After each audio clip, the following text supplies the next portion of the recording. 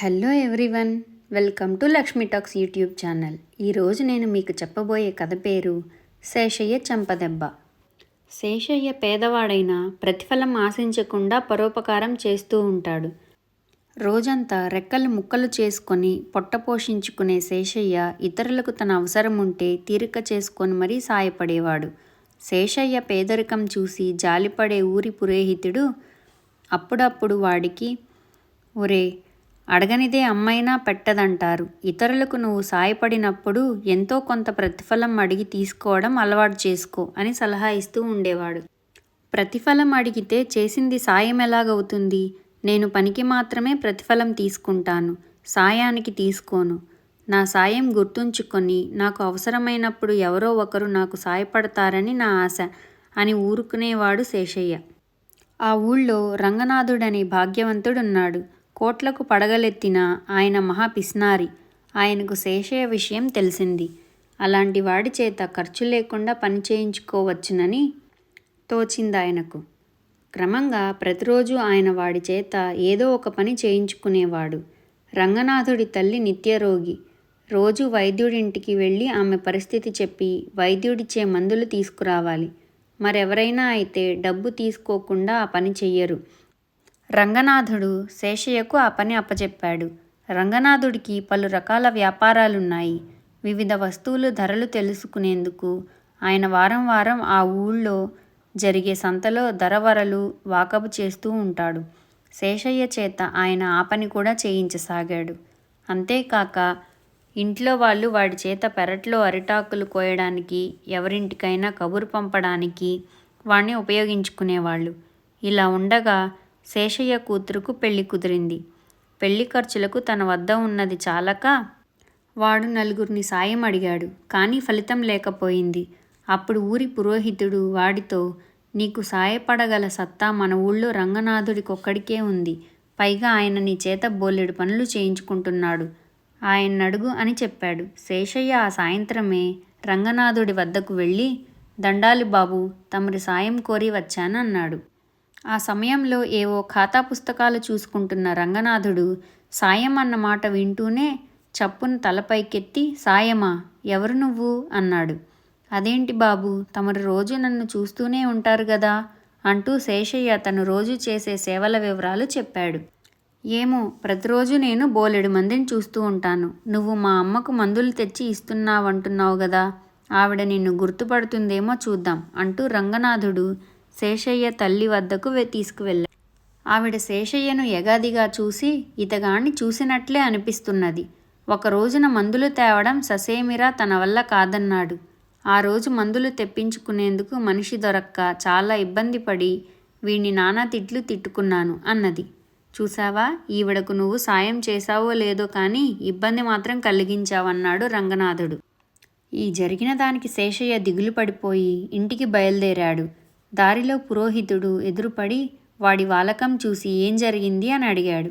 శేషయ్య ఆయనకు జరిగింది చెప్పాడు విచారంగా. పురోహితుడు కొంచెంసేపు ఆలోచించి, ఒరే, నీకు పని పాటుల్లో సాయపడడంలో నేర్పు తప్ప ఇతరత్రా భయస్థుడివని, అమాయకుడివని ఆ రంగనాథుడు అనుకుంటున్నాడు. నువ్వు ఆయన భార్య వాళ్లకు కూడా సాయపడుతుండేవాడివి కదా, వెళ్ళి ఆవిడ నిన్ను గుర్తుపట్టగలదేమో చూడు. ఆవిడ నిన్ను గుర్తుపట్టకపోతే నీలో కొద్దిపాటి చేవా కాస్తంత సాహసం కూడా ఉన్నదని ఆ రంగనాథుడికి తెలియపరచు అని చిన్నగా నవ్వుకుంటూ వెళ్ళిపోయాడు. పురోహితుడి మాటలు శేషయ్యలో కొంత ధైర్యం కలిగించాయి. వాడు ఈసారి రంగనాథుడి ఇంటికి వెళ్ళేసరికి ఆయన ఇంటి వసారాలో భార్యతో మాట్లాడుతూ కనిపించాడు. శేషయ్య ఏదో తెగించిన వాడిలా కాస్త పెద్ద గొంతుతో, బాబు, నేను ఈమె గారికి కూడా చాలాసార్లు సాయం చేశాను, అడిగి చూడండి అన్నాడు. రంగనాథుడు కోపంగా ఒకసారి శేషయ్య కేసి చూసి, భార్యను, ఇతగాణ్ణి నీవెప్పుడైనా చూసావా అని అడిగాడు. ఏదో చూసినట్లే అనిపిస్తున్నది. ఒకసారి పెరట్లో అరిటాకులు కోయమంటే 10 ఆకులు కోశాడు. ఇంకో 10 కావాలంటే పెరట్లో మరి లేవన్నాడు. ఆ 10 ఆకులు సేకరించడం కోసం నానా అవస్థలు పడుతూ వీణ్ణి తెగ తిట్టుకున్నాను అన్నది రంగనాథుడి భార్య. బాబు, నా పొట్ట కోసం రెక్కలు ముక్కలు చేసుకునే నేను వీలు దొరికినప్పుడల్లా మీకు, మీ ఇంట్లో వారికి ఎన్నో పనుల్లో సాయపడ్డాను అన్నాడు శేషయ్య కటువుగా. ఆ మాటలకు రంగనాథుడు నవ్వి, కలిగిన వాళ్లకు సాయపడడంలో గౌరవం ఉంది. అందుకే నాలాంటి వాళ్ల పనులు చేసి పెట్టడం కోసం ఎందరో పోటీ పడతారు. మా వంటి వాళ్ళు నిన్ను గుర్తుంచుకోవాలంటే నువ్వు చాలా గొప్ప పనేదైనా చెయ్యాలి అన్నాడు. చేసిన దానికి నన్నెవరూ మెచ్చుకోవాలనుకోలేదు. కానీ చెయ్యనందుకు మాత్రం నన్ను బాగా తిట్టుకున్నారు. అందుకు నాకు బాధగా ఉంది అన్నాడు శేషయ్య. అందుకే కడివెడు పాలను విరవడానికి ఒక్క ఉప్పురాయి చాలంటారు అన్నాడు రంగనాథుడు. పోనీలేండి బాబు, అదంతా ఎందుకు గాని నా కూతురు పెళ్ళికి డబ్బు కావాలి. పెద్ద మనసు చేసుకొని నాకు డబ్బిచ్చి ఆదుకోండి. మీ మేలు జన్మజన్మలకు మర్చిపోను అన్నాడు శేషయ్య వేడుకుంటూ. రంగనాథుడు చిరాగ్గా, నేను తప్పక సాయం చేసి ఉండేవాణ్ణి. ఈ మాట ముందే చెప్పాను. నువ్వెవరివో నాకు తెలియదే మరి అన్నాడు. ఈ జవాబుతో శేషయ్య విసిగిపోయి వెళ్ళిపోతూ రంగనాథుణ్ణి సాచి చెంపదెబ్బ కొట్టాడు. అనుకోకుండా జరిగిన దీనికి రంగనాథుడు నివ్వెరపోయి చూస్తుండగా శేషయ్య అక్కడి నుంచి తప్పుకున్నాడు. ఆనాటి వరకు రంగనాథుడు అలాంటి అవమానం ఎరగడు. ఆయన ఉక్రోషం పట్టలేక వెంటనే వెళ్ళి గ్రామాధికారిని కలుసుకొని, శేషయ్య అనే పొగరుబోతు నన్ను చెంప మీద కొట్టాడు. వాణ్ణి తగిన విధంగా శిక్షించకపోతే ఊళ్ళో క్రమశిక్షణ నశించి అరాచకం తలెత్తుతుంది అంటూ జరిగిన దానికి చిలవలు పలవలు అల్లి చెప్పాడు. సంజాయిషి అడగడానికి గ్రామాధికారి వెంటనే శేషయ్యకు కబురు పెట్టాడు.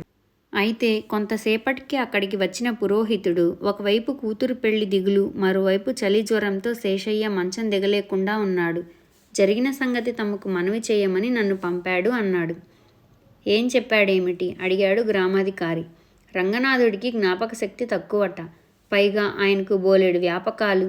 కొందరు ఆయనకు సాయపడుతూ ఉంటారు, కొందరు ఆయన మీద చెయ్యి చేసుకుంటూ ఉంటారు. అయితే ఎవరూ ఆయనకు గుర్తుండరని చెప్పమన్నాడు పురోహితుడు. రంగనాథుడు కోపంతో, వాడి పేరు శేషయ్య, వాడి కూతురికి పెళ్లి కుదిరింది, డబ్బు సాయం కావాలని నా దగ్గరికి వచ్చాడు, ఇవ్వనన్నానని చెంప మీద కొట్టాడు అని చెప్పాడు. శేషయ్య ఈయన కుటుంబానికి జీతం భత్యం లేకుండా ఎన్నో సేవలు చేశాడు. అయినా వాడు ఈయనకు గుర్తు రాలేదు. ఏదైనా గొప్ప పని చేస్తేనే తనకు గుర్తుంటుంది అన్నాడట. వాడు చెంపదెబ్బ కొడితే ఈయనకు బాగా గుర్తుంది. అంటే ఇన్నాళ్లకు వాడొక గొప్ప పని చేశాడన్నమాట. గొప్ప పని చేసేవారిని మెచ్చుకోవాలి గాని సంజాయిషి అడగకూడదు గదా అన్నాడు పురోహితుడు గ్రామాధికారిని పరీక్షగా చూస్తూ. దాంతో గ్రామాధికారికి విషయం అర్థమైంది. అయినా పురోహితుడి మాటలు సమర్థించలేక చమత్కారంగా మాట్లాడినంత మాత్రాన తప్పు కాకుండా పోదు, శేషయ్యకు శిక్ష తప్పదు అన్నాడు. అయ్యా, శేషయ్య రంగనాథుడికి ఎన్నో సేవలు చేశాడు. ప్రతిఫలం లేదు. వాడి సేవలకు ప్రతిఫలం ఇప్పించగలిగిన వారికే వాడి తప్పును శిక్షించే అర్హత ఉంటుందంటే అది తప్పవుతుందా అన్నాడు పురోహితుడు వినయంగా. గ్రామాధికారి చిన్నబుచ్చుకున్నట్లుగా ముఖం పెట్టి, శేషయ్య సంగతి నాకు తెలుసు. గ్రామంలో చాలామందికి సాయపడుతూ ఉంటాడు. అలా అతడి సాయం పొందిన వారిలో నేను ఉన్నాను. అతడు చేసిన తప్పుకు శిక్ష విధించాలంటే ముందు చేసిన సాయానికి ప్రతిఫలం ఇవ్వాలి. ఈ ఊరిలో అతడి సాయం పొందిన ప్రతి వారు అతడికి ప్రతిఫలం ఇచ్చేలా చూడడం నా బాధ్యత. లేకుంటే ఊరందరినీ అతడు చెంపదెబ్బలు కొట్టినా, ఆఖరికి నన్ను కూడా చెంపదెబ్బ కొట్టినా శిక్షించే అర్హత నాకుండదు అన్నాడు. ఈ తీర్పు ఊరందరికీ చెంపదెబ్బలా తగిలింది. అందరూ కూడబలుక్కొని శేషయ్య కూతురు పెళ్లికి సాయపడాలని నిశ్చయించారు. గ్రామాధికారి పురోహితుడి కేసి మెచ్చుకుంటున్నట్టు చూస్తూ, నువ్వన్న మాటలు శేషయ్య చెప్పి పంపాడో లేక నువ్వే అన్నావో తెలియదు. శేషయ్య వచ్చినా ఇలా జరిగి ఉండేది కాదేమో.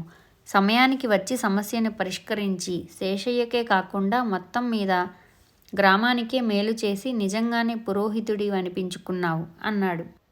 వాళ్లలో కొందరు రంగనాథుడు వినేట్టుగానే, ఊళ్ళో ఇంతమందిమి ఉన్నాం, మమ్మల్ని మాట మాత్రంగానైనా అడగకుండా ఏరికోరి పిసినారిని అర్థించి శేషయ్య లేనిపోని గొడవ తెచ్చుకున్నాడు అన్నారు. నలుగురు అన్న మాటలతో రంగనాథుడి కళ్ళు తెరుచుకున్నాయి. ఆయన శేషయ్య కొట్టింది నన్ను కాదు, నాలోని మితిమీరిన స్వార్థాన్ని, నా అహంకారాన్ని. వాటికా శిక్ష తగినదే. అందువల్ల శేషయ్య చేసింది తప్పు కాదు. ఇక మీదట మంచితనానికి తగిన ప్రతిఫలం ఇవ్వడమే నా జీవితాశయం చేసుకొని శేషయ్య వంటి వారిని మంచికి దూరం కాకుండా చూస్తాను అన్నాడు. కథ సమాప్తం. ఫ్రెండ్స్, ఈ కథ మీకు నచ్చినట్లయితే వీడియోని లైక్ చేసి ఛానల్ని సబ్స్క్రైబ్ చేసుకోండి. ధన్యవాదాలు.